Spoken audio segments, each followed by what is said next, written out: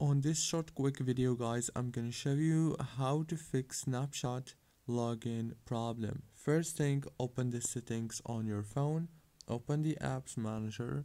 When you open the apps manager on this page, you will find all the apps that you have downloaded on your phone. Scroll until you find Snapchat like this. When you find it, then all what you want to do is click on it and then click here on the storage or the internal storage.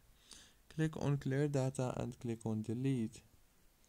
Go back, click on the power usage details and disable the power consumption alert.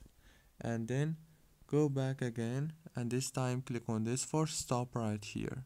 And the last thing you want to do is go back into the settings of your phone, go to the wireless and networks, go to the airplane mode, enable it and disable it. Don't forget to like, subscribe.